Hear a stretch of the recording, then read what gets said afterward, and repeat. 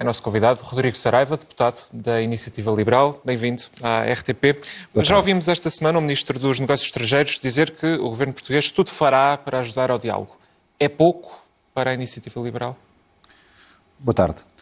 É pouco porque nós não estamos a falar de algo que seja novo.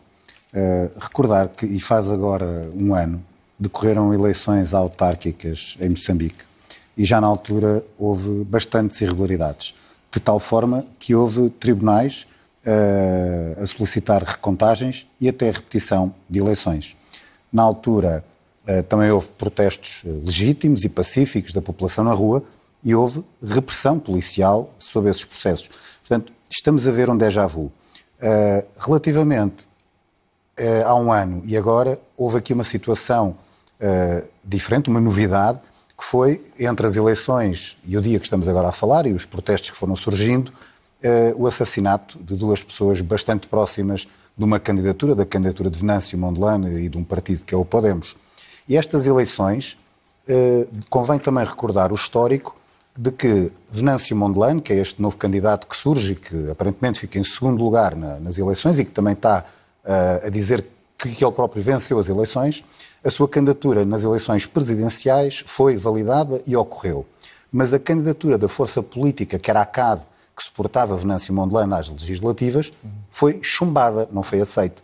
Portanto, logo aí, os alarmes das preocupações deveriam surgir. Poderíamos também aqui referir aquilo que é a preocupação para aquilo que são os índices de desenvolvimento humano e económicos de pobreza de Moçambique, que são dos piores, não só africanos, mas em termos globais. E há duas perspectivas que eu acho que Portugal, não só nós, enquanto partido da oposição, mas a sociedade e, sobretudo, os governos, devem ter uma preocupação com Moçambique. A primeira, naquilo que é a defesa dos direitos humanos, da democracia e da liberdade.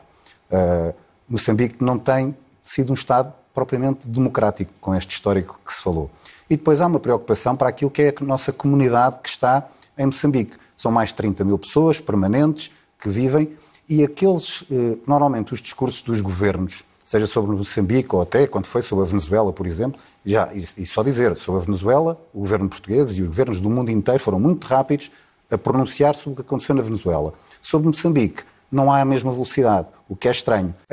E isto para dizer... Mas tendo em conta a relação que Portugal tem histórica com Moçambique, não compreende essa prudência por parte do governo português e esta escolha de palavras mais prudente por parte do ministro? Não compreendo, porque isto não é uma questão de, podíamos dizer assim, se calhar os governos não têm coragem. O problema é que acaba por sentir que há uma espécie de um trauma pós-colonial. E nós temos que deixar de ter esse trauma pós-colonial relativamente a Moçambique e aos outros países lusófonos.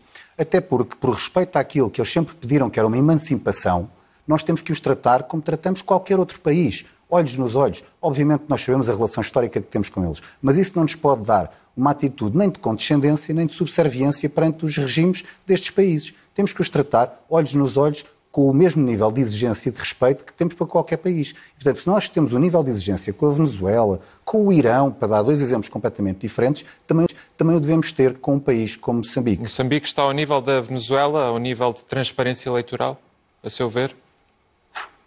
Não sei se não estará pior, e por isso aumenta a preocupação. Porque normalmente os governos têm aqui depois fazem este argumento da preocupação com a nossa comunidade que vive nestes países, na Venezuela ou em Moçambique. Daí eu te perguntar se a prudência não é o melhor caminho, tendo em conta mas é que a prudência faz... a quantidade da comunidade portuguesa naquele país. Mas a prudência diz que a nossa comunidade localmente já sofre diariamente com, vamos lhe chamar, uma burocracia preconceituosa. Vamos lhe chamar assim. A nossa comunidade que vive em Moçambique, que trabalha em Moçambique, que quer investir em Moçambique, que investe em Moçambique, tem graves problemas, seja na burocracia para licenciamentos empresariais, na abertura dos negócios, seja até para ter atestados de residência permanente. Há uma burocracia preconceituosa com a nossa comunidade. E nós vamos continuar a ter muitos, como se costuma dizer, muitos caldos de galinha, não é? Muito cuidado na relação, quando a nossa comunidade que já lá está, que lá vive, já sofre diariamente com demasiada burocracia e uma pressão que limita aquilo que é a sua vida lá e também, para além, da vida depois dos próprios moçambicanos. Portanto, nestas duas perspectivas de uma solidariedade com o povo moçambicano, nós não estamos aqui a falar apenas de uma relação entre Estados. A nossa preocupação é de solidariedade com o povo moçambicano que sofre.